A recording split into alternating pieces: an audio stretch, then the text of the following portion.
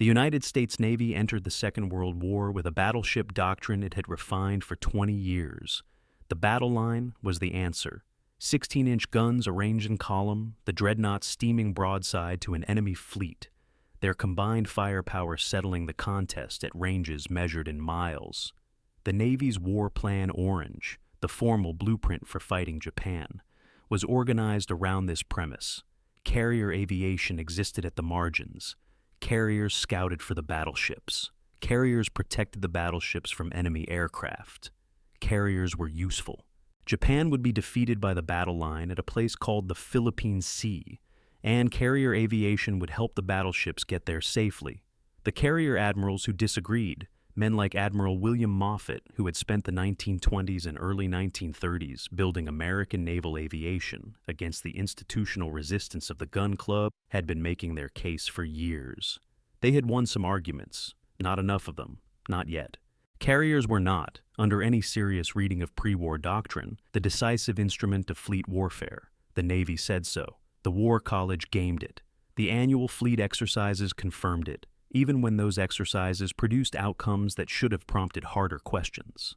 In Fleet Problem 9 in 1929, Admiral Joseph Reeves demonstrated that carriers could launch a surprise air attack on Pearl Harbor from a position north of Oahu. The umpires ruled the attack a success. The institutional lesson drawn was that Pearl Harbor needed better aerial reconnaissance, not that carriers were becoming decisive. The doctrine that battleships won fleet engagements was too deeply embedded to be displaced by an exercise result. On December 7, 1941, Japanese carrier aviation sank or damaged 18 American warships at Pearl Harbor without a single Japanese surface vessel coming within gun range of Battleship Row. The carriers that did it had been built by a Navy that took the doctrine seriously. The carriers that would answer them would be built by a Navy that was about to learn, the hard way, that the doctrine was wrong, and that the speed with which it abandoned that doctrine and built something better would determine whether it survived the lesson. 5 of the 8 battleships at Pearl Harbor never returned to combat. The battle line that 2 decades of doctrine had prepared to be decisive never fought the climactic gun duel War Plan Orange had envisioned. It was over before it began, not by defeat in the engagement the planners expected, but by the sudden demonstration that the engagement they had planned for was the wrong engagement entirely. The carrier had not supplemented the battleship, it had replaced it. And the United States Navy, almost by accident, found itself the only major combatant in the Pacific, with its carrier force intact and no alternative but to use it as the primary instrument of the war. What followed was 4 years of carrier warfare that rewrote naval doctrine from scratch in combat, under conditions no exercise had produced and no planner had fully anticipated. The American carriers that survived 1942 and multiplied through 1943 and 1944 did not simply win the Pacific War. They invented the method by which it was won, learning as they went, paying for each lesson in aircraft and pilots and ships, and building on those lessons faster than any opponent could match. Understanding how requires starting with what a carrier actually was by 1944. Not the ship in isolation, but the system that surrounded it. The system began with Combat Information Center, the CIC, located below the armored hangar deck, where officers and enlisted radar operators maintained a complete picture of every air contact within 100 miles. The SK Air Search Radar could detect a formation of aircraft at 90 miles. The SM Height-Finding Radar provided altitude. The SG Surface Search Radar handled surface contacts and navigational hazards. A fleet carrier of the Essex class, which began entering service in December 1942, displaced 27,100 tons fully loaded, stretched 872 feet at the waterline, and could make 33 knots on 150,000 shaft horsepower, produced by 8 Babcock and Wilcox boilers, feeding 4 geared turbine sets. She carried approximately 90 aircraft in her standard air group, 36 Grumman F-6F Hellcats for fighter escort and combat air patrol, 36 Douglas SB-D Dauntlesses or Curtiss SB-2 Sea Helldivers for dive bombing, and 18 Grumman TBF Avengers for torpedo attack. Her defensive armament included 12 5-inch guns and twin mounts and dozens of 40mm and 20mm anti-aircraft weapons that grew throughout the war as kamikaze threat intensified. She carried a crew of approximately 3,400 officers and enlisted men. Those numbers tell you the platform, they do not tell you the system. By 1943, a CIC team on an Essex-class carrier was processing data from multiple sensor systems simultaneously, tracking inbound raids while managing the fighter direction problem, deciding in real time which contacts required interception, where to vector the combat air patrol, how many fighters to commit versus how many to hold in reserve. This was not simple work. It required trained officers who understood both the physics of radar and the tactical geometry of carrier air defense, and who could make correct decisions under the specific pressure of a raid already inbound at 250 knots. The fighter director officer was the pivot point of carrier air defense. He sat in CIC with his radar picture and his radio, and he talked the Hellcats onto their targets. A good fighter director could position a combat air patrol element so that the Hellcats had altitude, sun angle, and approach geometry simultaneously, arriving above and behind an inbound raid before the Japanese pilots could see them. A poor fighter director meant your combat air patrol wasted its altitude advantage and its fuel trying to find the raid, or arrived too late and too low to be effective. The skill gap between an experienced fighter director and an inexperienced one was measured in ships. This is not abstraction. It produced a specific documented result on June 19, 1944. The Battle of the Philippine Sea was, from the Japanese perspective, the decisive engagement of the Central Pacific Campaign. Vice Admiral Jisaburo Ozawa launched 5 coordinated strike waves from his 9 carriers, a total of approximately 430 aircraft, against Admiral Raymond Spruance's Task Force 58. Ozawa had several advantages on paper. His aircraft had greater range than American carrier planes. He could launch from beyond the range at which American aircraft could strike back. His pilots were, at least in his planning assumptions, still capable of delivering effective attack. What he could not account for was what Task Force 58's combat information centers had become by June 1944. Fighter director officers on the American carriers began tracking Ozawa's outbound aircraft on radar at distances of over 150 miles. They had time, 20 to 30 minutes in some cases, to position their combat air patrol at altitude and in geometry before the Japanese formations arrived. Hellcats met the first wave at approximately 55 miles from the fleet. The engagement that followed was not a defense. It was a slaughter. Of the approximately 373 Japanese aircraft that actually attacked during the day, roughly 243 were shot down. American losses were approximately 23 aircraft in air-to-air combat, with another 6 lost to anti-aircraft fire from the fleet. The ratio was not close. Fighter pilots who flew that day, American veterans with over a year of accumulated combat experience, called it the Marianas Turkey Shoot, a nickname that captured the completeness of the disparity without fully explaining it. The explanation was layered, and each layer was the product of decisions made and lessons learned in the desperate years before this battle. The Grumman F-6F Hellcat was purpose-built to kill the Zero. Grumman engineers had access to a recovered Zero that had been forced down on Akutan Island in the Aleutians in June 1942 and salvaged largely intact. They understood exactly what they were designing against, a highly maneuverable aircraft that sacrificed armor and self-sealing fuel tanks for performance. The Zero was dangerous precisely because it was built as if weight were the enemy and protection was optional. The Hellcat answered with a different philosophy. Its 2,000 horsepower Pratt & Whitney R280 Zero double wasp radial engine gave it 380 miles per hour at altitude, faster than the Zero. Its 6.50 caliber machine guns delivered devastating firepower. Its pilot sat behind armor plate. Its fuel tanks were self-sealing. A Hellcat could take damage that would have killed a Zero outright and fly home anyway. The Japanese had built a fighter optimized for offense. The Americans had built a fighter optimized for sustained combat, where attrition and survival rate compounded over dozens of missions rather than being decided in a single engagement. By June 1944, the Hellcat pilots who flew at the Philippine Sea had something the Japanese pilots across from them simply did not have: experience. American naval aviation had been developing a training pipeline since 1942 that was, by mid-war, producing carrier pilots with over 300 hours of flight time before their first operational assignment. The Navy's training establishment at Pensacola, Jacksonville, and a network of auxiliary fields had been dramatically expanded under the Towers Plan, named for Admiral John Towers. Civilian flight training contractors supplemented the military pipeline. The cadence of production, trained pilots flowing from training command to operational squadrons on a regular schedule, meant that carrier air groups were never facing a cliff of sudden experienced pilot shortage. Individual losses were replaced by trained replacements. The pipeline absorbed losses and continued. Japan's training pipeline did not.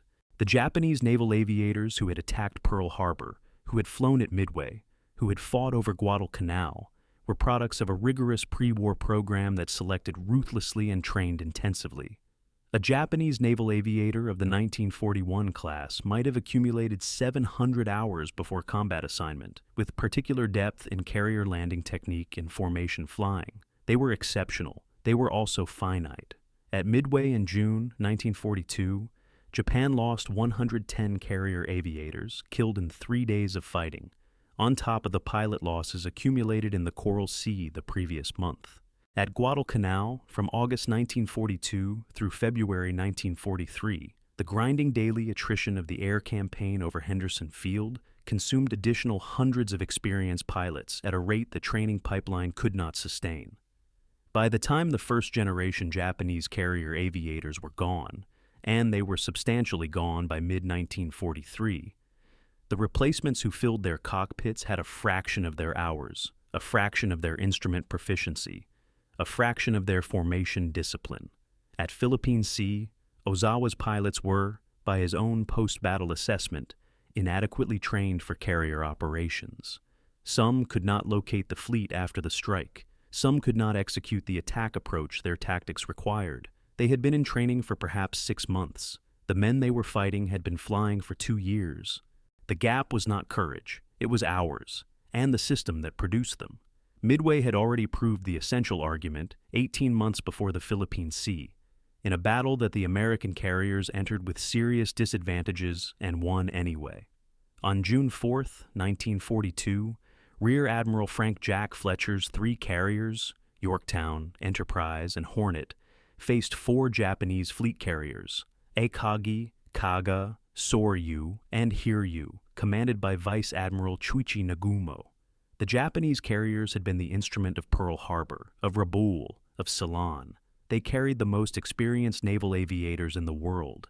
They outnumbered the Americans in experienced air groups. Nagumo believed he was hunting carriers that did not know he was there. He was wrong. American codebreakers at Station Haipo in Pearl Harbor, led by Commander Joseph Rochefort, had broken enough of the Japanese naval code to identify Midway as the target, the approximate date of the attack, and the composition of Nagumo's striking force.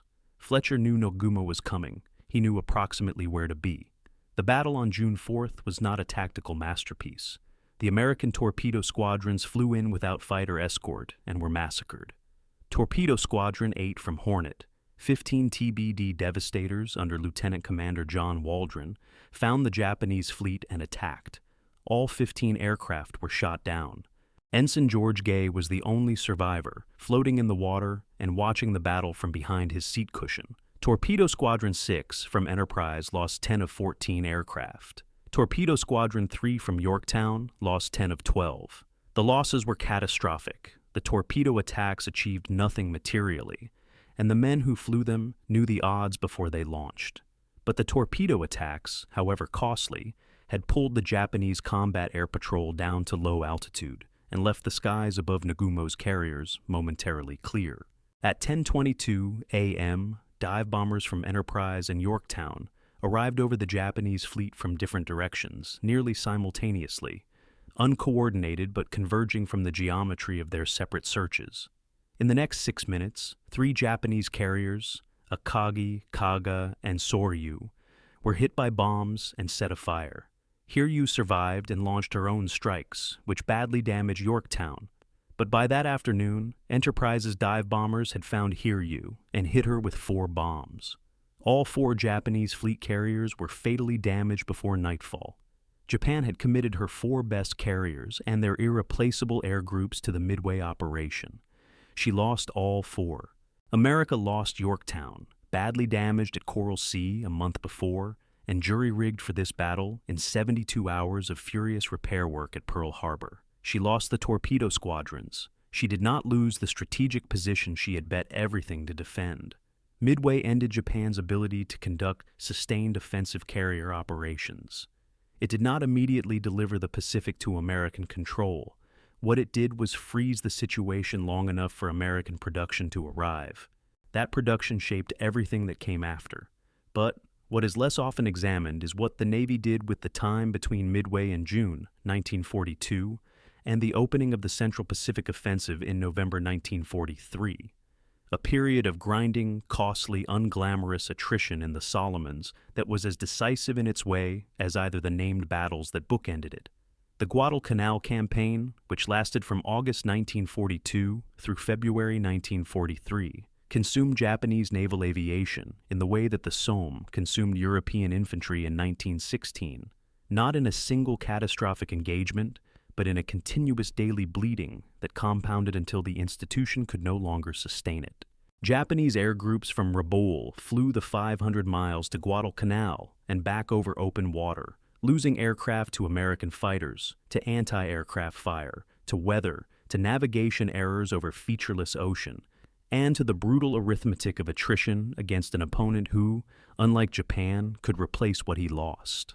The round trip from Rabaul to Guadalcanal and back was at the absolute limit of zero range.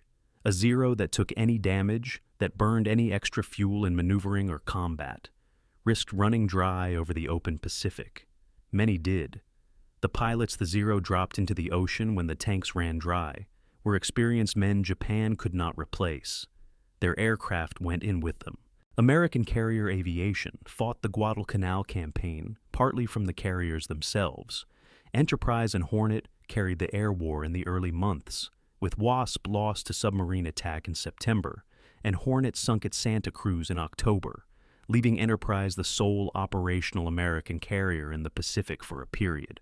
But the campaign was also sustained from Henderson Field, where Marine Corps and Army Air Forces pilots flew aircraft that were maintained under conditions that would have been considered unacceptable at any stateside installation.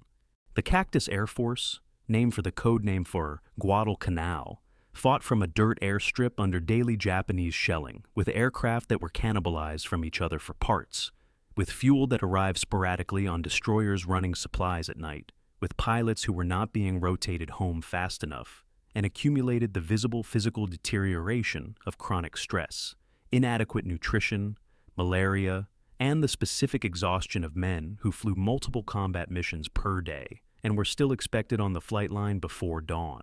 What they accomplished in those conditions against Japanese air groups of genuine quality was the foundation on which everything the Essex-class carriers built later rested. They held, barely, often, but they held. The institutional lessons of Guadalcanal and the early carrier battles fed directly into the redesign of American carrier tactics, training, and equipment that produced the force of 1944. Fighter direction, as practiced in 1942, was improvised and imperfect. The radar sets were adequate but not integrated with communication systems in ways that allowed rapid, confident fighter vector assignments. Fighter directors, who were in the same space as the tactical display, could translate what they saw into intercept vectors, but the communication chain between the radar picture, the director, and the pilot in the cockpit was slow enough that engagements were often decided before the vectors arrived. At the Santa Cruz battle in October 1942, Japanese aircraft approached through gaps in the combat air patrol coverage that better radar integration might have closed. Hornet was struck. She never left port again. The Mark IV fighter direction team system, developed through 1943 and standard on Essex-class carriers by early 1944, addressed this directly. It integrated the radar plot, the communication systems, and the fire control picture on a single display in a purpose-designed space. The fighter director officer could see the inbound raid, the position of his combat air patrol elements, and the intercept geometry simultaneously. He could assign specific sections to specific raids and maintain situational awareness across multiple simultaneous intercepts without losing the thread. The system was not perfect. No system was. But it was dramatically more capable than what had existed 2 years earlier, and the improvement was the direct product of documented failures in combat operations. The same iterative process applied to aircraft. The F-4F Wildcat that bore the burden of American carrier fighter operations in 1942 was not an inadequate aircraft by the standards of 1939 or 1940. It was slower than the Zero, less maneuverable, and carried lighter armament. Its pilots compensated with the Thach Weave, a defensive formation devised by Lieutenant Commander John Thach specifically to address the Zero's performance advantages, and with the willingness to use the Wildcat's greater structural strength to dive away from engagements that were going wrong. The Wildcat could absorb punishment that would destroy a Zero. Its pilots learned to use that advantage, but the Wildcat was a stopgap, and everyone in naval aviation knew it. The F-6F Hellcat, which began reaching fleet squadrons in late 1943, was the answer the Navy had been working toward. The first-generation Hellcat pilots who flew it into combat over Marcus Island in September 1943 reported a fighter that did what no American carrier aircraft had done against the Zero before, met it on roughly equal terms in a turning fight while being able to run away from it in a straight line at altitude.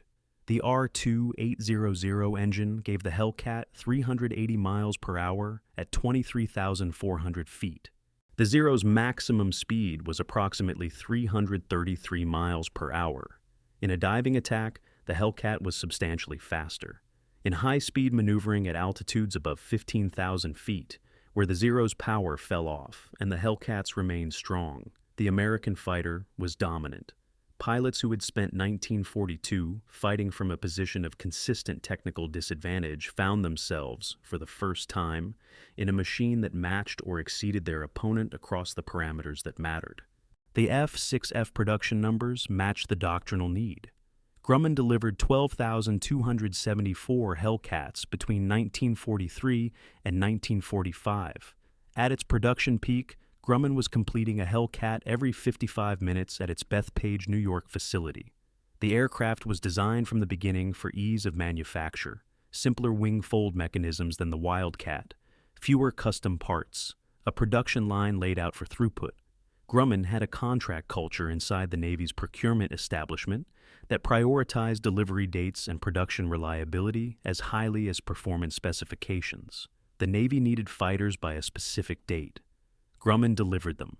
Japan's equivalent, the Mitsubishi, a 6M50 variant introduced in mid-1943, was faster than its predecessors and somewhat better armed, but remained fundamentally limited by the design philosophy that had produced the original model: lightweight, long range, and exceptional maneuverability achieved by accepting vulnerability. The A6M5 could not absorb the punishment a Hellcat could absorb. It could not match the Hellcat's high-altitude performance. It was being introduced precisely as the Hellcat was flooding into fleet service, and it was being crewed precisely as Japan's experienced pilot pool was approaching exhaustion. The production comparison is not subtle. Japan produced approximately 10,938 Zeros of all variants across the entire war. The United States produced 12,274 Hellcats in roughly 2 years. And behind the Hellcats, the F-4U Corsair, which Vought was producing at its own facility, while Goodyear and Brewster, licensed versions added more, was entering service with Marine Corps units ashore and beginning to reach carrier squadrons by late 1944, adding a second high-performance fighter to the American Air Group portfolio at a moment when Japan was running short of competent pilots for the single design she had. The dive bomber evolution followed a similar trajectory, though with more friction. The Douglas SBD Dauntless had won Midway. 3 Japanese fleet carriers had been fatally hit by Dauntless pilots diving from 14,000 feet at 70-degree angles, pulling out at 2,500 feet, absorbing anti-aircraft fire, and placing their 500 and 1,000-pound bombs with a precision that level bombing could not approach. The Dauntless was slow, 255 miles per hour maximum, and vulnerable to fighter interception, but in the dive, it was stable and accurate in a way that terrified Japanese carrier crews who watched the aircraft come down and understood what the dive angle meant for them. The SB-2 Sea Helldiver that was supposed to replace it was a troublesome aircraft through most of its development and early operational life. The contract had been awarded in 1938 on the expectation that the Helldiver would be faster, carry a heavier bomb load, and operate from the shorter hangar decks of larger carriers more efficiently than the Dauntless. In practice, the development program suffered from persistent structural and handling problems. Pilots who flew the early production models reported control difficulties in the dive, the maneuver the aircraft existed to execute. The Navy eventually pushed through the improvements, and the Helldiver became operationally acceptable. But it entered the critical battles of 1944 with a reputation among its pilots that no aircraft wants. It was something you flew because it was what they gave you, not because you loved it. The dauntless soldiers fought on beside it anyway. SBDs were still operating from American carriers at Philippine Sea. The TBF Avenger, by contrast, had no such growing pains. Grumman designed it, Eastern Aircraft produced it under license in enormous quantities, and it was by any measure the finest torpedo bomber of the war. It carried its Mark 13 torpedo internally, protected from the slipstream that had been destroying the Mark 13's reliability on externally mounted aircraft. It could carry a 2,000-pound bomb as an alternative load.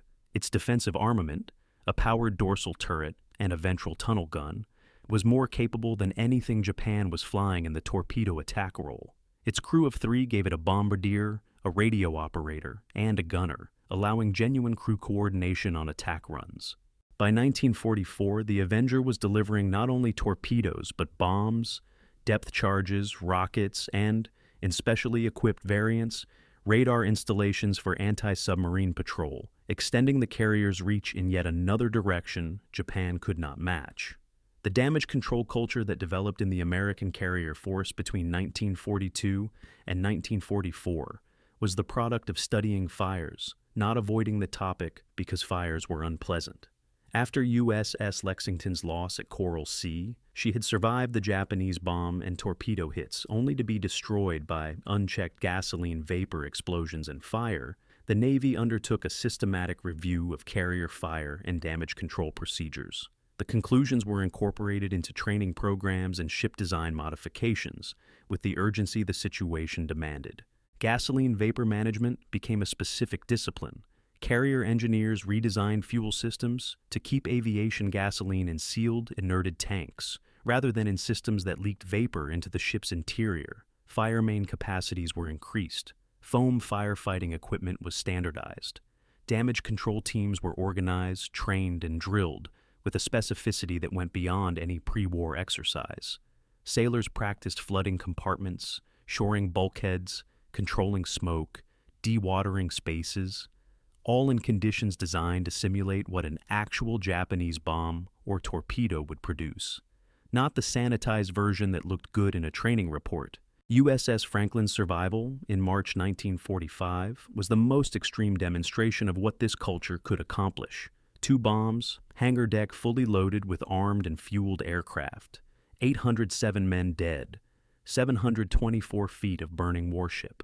And yet, Franklin survived, taken under tow by heavy cruiser Pittsburgh, eventually making it to Brooklyn Navy Yard. Her survival was not luck. It was the product of a crew that had practiced damage control until the responses were reflex and a ship's organization that held together under conditions that would have destroyed a less prepared company. The Essex class was the foundation.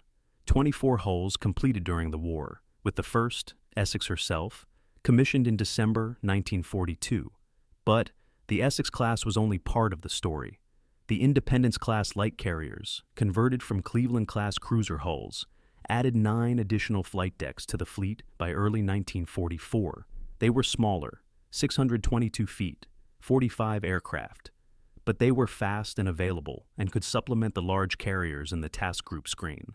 Behind the fleet carriers came the escort carriers, the Casablanca class and its predecessors, mass-produced on commercial hull forms for convoy escort and amphibious support. Never intended for fleet action, but capable of sustaining air operations over invasion and beaches indefinitely. By the time Task Force 58 assembled for the Philippine Sea operation in June 1944, it consisted of 15 carriers organized into 4 task groups, carrying approximately 900 aircraft. Spruance's force outnumbered Ozawa's 9 carriers and 450 aircraft by a margin that would have seemed inconceivable to the planners who had built War Plan Orange around battleships. The task group organization deserves specific attention because it was not accidental. It was a doctrinal innovation that emerged from the hard experience of 1942 and 1943. Early American carrier doctrine had clustered carriers together in a single group, the idea being that concentrated anti-aircraft fire offered the best protection. The problem with concentration was that a single raid could threaten multiple carriers simultaneously, and damage to one carrier disrupted operations for all of them in the confined maneuvering space. The Japanese had demonstrated this problem at Coral Sea, where Lexington and Yorktown had been operating close enough together that strikes intended for one hit both. The multiple task group concept, developed through 1943 and fully implemented for the 1944 Central Pacific Campaign, separated carriers into groups of 3 or 4, each screened by cruisers and destroyers, each operating independently within a coordinated framework. A raid that overwhelmed one task group's combat air patrol would still face fresh fighters over the other groups. Damage to one carrier's flight deck did not cascade to the others. The groups could concentrate their air groups for a major strike and then disperse for defense. The geometry was flexible in a way that a single concentrated formation could not be. This tactical evolution was the work of Admiral Mitscher, who commanded the Fast Carrier Task Force from January 1944 onward. Mitscher had commanded Hornet at Midway. He had commanded land-based air in the Solomons. He understood carrier aviation from the cockpit perspective and the flag officer perspective simultaneously, which was not common. His contribution to carrier task force tactics, the dispersed task group structure, the aggressive use of fighter-director technology, the night carrier operations he pushed despite fierce institutional resistance, the willingness to launch strikes at extreme range, shaped American carrier warfare for the rest of the conflict. The strike that sank Musashi, the Yamato-class superbattleship, on October 24, 1944, illustrated what Mitscher had built. Musashi displaced 73,000 tons fully loaded. She carried 9 46-centimeter guns, the largest naval rifles ever installed on a warship, each capable of firing a 3,219-pound shell over 26 miles. Her belt armor was 16 inches thick. Her design was built around the assumption that aircraft could not sink her, that her anti-aircraft battery, her armor, and her anti-torpedo protection would be sufficient to make her effectively invulnerable from the air. The pilots of Task Force 38 struck her 19 times with bombs and 17 times with torpedoes. She absorbed those 36 hits over a period of roughly 5 hours and finally rolled over and sank at 7:36 p.m., carrying approximately half her crew of 2,399 men with her. The super battleship that Japanese naval doctrine had built as the ultimate expression of naval power died under air attack, without her guns ever being brought to bear on an enemy surface unit in anger. Every pre-war doctrine about what battleships could survive from air attack died with her. The logistics behind the strikes that sank Musashi are worth examining because they explain something about how American carrier power actually worked by 1944 that the individual engagement numbers do not capture. Task Force 38's strikes on October 24th were not a special operation. They were a daily activity. Mitscher's carriers were conducting flight operations continuously, launching and recovering aircraft on a cycle that had been standardized and practiced until it ran like a mechanical process. The flight deck ballet, the precise choreography of aircraft movement from hangar deck to elevator to flight deck, the spotting of aircraft for launch, the clearing of the landing area for recovery, the refueling and rearming cycle had been drilled into every plane handler and ordnance man on every carrier until they could execute it in the dark, in heavy weather, and under air attack. The underway replenishment system that sustained this tempo deserves the same recognition as the carriers themselves. Task Group 38.1 through 38.4 received fuel, aviation gasoline, bombs, torpedoes, aircraft, pilots, food, and ammunition from fleet oilers, ammunition ships, and stores vessels at sea without returning to port. An Essex-class carrier consumed approximately 250,000 gallons of aviation gasoline per week of intensive operations, in addition to the bunker fuel for her own propulsion and the ordnance expended in daily strike operations. The logistics vessels that served Task Force 38 during the Philippine campaign were keeping a naval air force of several hundred aircraft in continuous operation at ranges that would have been considered logistically impossible 2 years earlier. Japan could not match this. Japanese carrier aviation by October 1944 was a ruin. The pilots who had survived Philippine Sea were not enough to fill the cockpits of the carriers that remained, and the carriers that remained were fuel-constrained in the same way that Japanese surface vessels were fuel-constrained. At Leyte Gulf, the Japanese carriers that served as decoys in Ozawa's northern force, Zuikaku, Zuiho, Chaitose, and Chiyoda, between them carried approximately 116 aircraft and barely enough trained aviators to crew them. They existed not as a combat force, but as bait, intended to draw Halsey's fast carriers north and away from the San Bernardino Strait. They succeeded in that mission and were destroyed for it. Zuikaku, the last survivor of the 6 carriers that had attacked Pearl Harbor, was sunk on October 25, 1944, by aircraft from the same fleet tradition she had helped make necessary 3 years before. By 1944, a Navy pilot arriving at his first operational squadron had approximately 300 hours of flight time, including instrument time, night flying, formation flying, carrier landing practice, gunnery, and weapons delivery. He had been evaluated, filtered, and selected at multiple points in the pipeline. The training command had dismissed those who would not survive long enough to be useful. The survivors arrived in the fleet understanding what they were doing in a way that the men of 1942 had largely had to learn after they got there. The night carrier operations that Mitscher pushed into practice in 1944 and 1945 were the final expression of how thoroughly the institution had transformed. Night carrier operations were considered suicidal before the war. Landing a high-performance aircraft on a moving deck at night, in a blacked-out ship, with no lighting except carefully shielded deck lights and radio guidance from the ship, the accident rate in peacetime exercises had been discouraging. The prevailing institutional view was that night carrier operations would cost more aircraft to accidents than they could possibly gain by extending strike capability around the clock. Mitscher disagreed. More precisely, he recognized that the alternative was worse: Japanese aircraft operating at night against a task force whose combat air patrol could not see them. The choice was not night operations versus no night operations. It was American night operations versus being struck by Japanese aircraft that you could not defend against after dark. Air Group 90 on USS Enterprise under Commander William Martin had been training specifically for night carrier operations since late 1943. Martin's pilots flew with specially calibrated instruments, practiced approaches on lighted carrier decks until they could judge the sight picture, and developed the interpilot radio discipline that night formation flying required.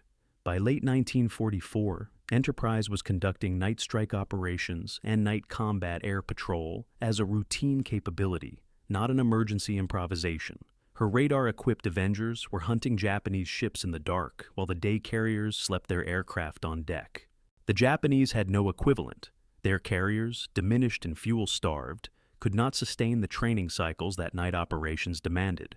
Their pilots, surviving on the experience they had accumulated in a pre-war program that was no longer producing successors at competitive rates, could not be risked in the casualty-intensive process of learning night deck landings on a timetable the war would not wait for.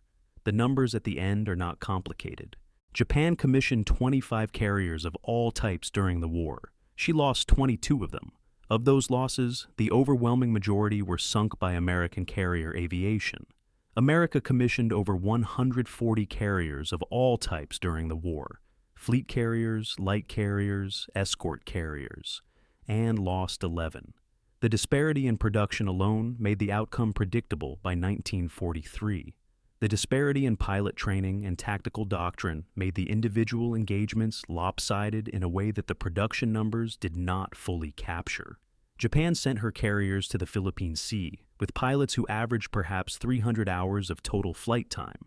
The American pilots who met them averaged over twice that, with a significant portion of those hours in combat conditions.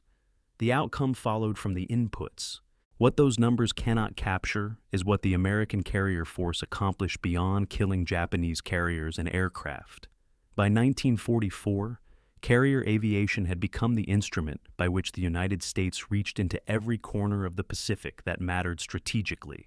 Strikes on Truk Atoll in February 1944, Operation Hailstone, put 90 carrier aircraft over Japan's primary Central Pacific naval base simultaneously, sinking or damaging over 40 Japanese vessels and destroying nearly 300 aircraft on the ground and in the air, reducing in 2 days what Japanese planners had counted as an impenetrable bastion to a secondary base that could no longer sustain meaningful fleet operations. The Army Air Forces could not have reached Truk from any available base. The carriers simply appeared over the atoll at dawn.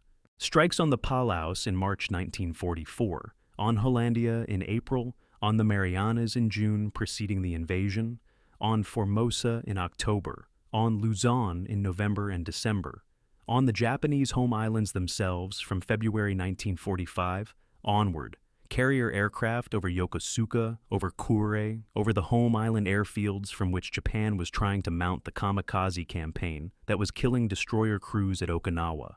The reach of the carrier task force had become, by late 1944, essentially unlimited within the Pacific theater. There was nowhere Japan could place an installation or a fleet anchorage that was beyond the range of a task group willing to steam to, within striking distance and launch. Japan had no equivalent capability. Her surviving carrier aviation after Philippine Sea existed in name only as a striking force. The ships were present. The aircraft were insufficient. The pilots who could have flown the aircraft were dead. The fuel that would have moved the carriers to attack position was rationed by a logistics system in collapse. Japan's answer to the carrier, the kamikaze, acknowledged this implicitly. If trained pilots flying planned attacks could no longer reach American carriers in useful numbers, then untrained pilots flying one-way attacks might still sink ships through sheer persistence. The logic was not irrational given the resources available. It was the logic of an institution that had lost the conventional contest and was improvising for survival. American carriers survived the kamikazes. They took hits. They took serious ones. Franklin's 2 bombs. Bunker Hill struck twice in 30 seconds off Okinawa on May 11, 1945, 346 of her crew killed, fires burning for 4 hours before they were controlled. Carriers repaired, returned, continued. The kamikaze was devastating to individual ships and devastating to individual crews. It was not decisive to the campaign. The task force continued to operate while individual ships were pulled back for repair, and the repair pipelines that returned them to the fleet were sustained by the same logistics infrastructure that fed the strikes. Aviation Ordnance Man, 3rd Class. Raymond Domagalski was 20 years old when he reported to USS Essex in March 1944, one of the thousands of enlisted men whose names never appeared in the flight logs, but without whom the flight logs would have been empty. His job was weapons. He loaded the 2,000-pound armor-piercing bombs onto the SB-2C Helldivers. He armed the Mark 13 torpedoes on the TBF Avengers. He prepared the 5-inch high-velocity aircraft rockets that the Hellcats and Avengers were carrying by late 1944 against Japanese shipping and airfield installations. He worked in the hangar deck through Philippine Sea, through Leyte Gulf, through the strikes on the Japanese home islands in early 1945, in conditions that combined aviation fuel vapors, loaded ordnance, aircraft engines turning at full power on the deck above, and the particular institutional anxiety of knowing that one serious hit could turn the hangar into an inferno from which there was no escape downward and no clear path upward through the flight deck. He had seen the photographs of USS Franklin, hit by 2 bombs off Kyushu in March 1945, her hangar deck a torment of burning aircraft and exploding ordnance, 807 of her crew killed in the worst single-day loss of life on any American warship that survived the war. And he understood what his particular station in the ship meant if the wrong bomb found the right moment. Franklin had been less than 50 miles from the Japanese coast when she was hit, deep in the operating area, the kind of position that Essex was in during strikes on the Kanto Plain. The men who died in Franklin's hangar were doing the same work Domagowski did every strike day. Essex was never hit. Domagowski returned to Milwaukee in October 1945, married the following spring, and worked in a machine shop on the south side of the city for 31 years. His family knew he had been in the Navy. They knew he had been on a carrier. He did not discuss what the hangar deck looked like during a combat strike cycle, what it smelled like when the aircraft were spotted and the ordnance was staged and the elevators were lifting armed aircraft to the flight deck 60 feet above, what the sound was like when the ship was making 30 knots into the wind to generate enough deck speed for launch, and the entire hull vibrated with the effort. He died in 2003 at the age of 79. His service record, filed at the National Personnel Record Center in St. Louis, lists his rating, his ship, his dates of service, and the theaters in which Essex operated. It lists the Pacific Theater Ribbon, the Philippine Liberation Ribbon, the American Campaign Medal, and the World War II Victory Medal. It does not list the number of strike sorties his ordnance supported. It does not list how many of those sorties returned. He knew.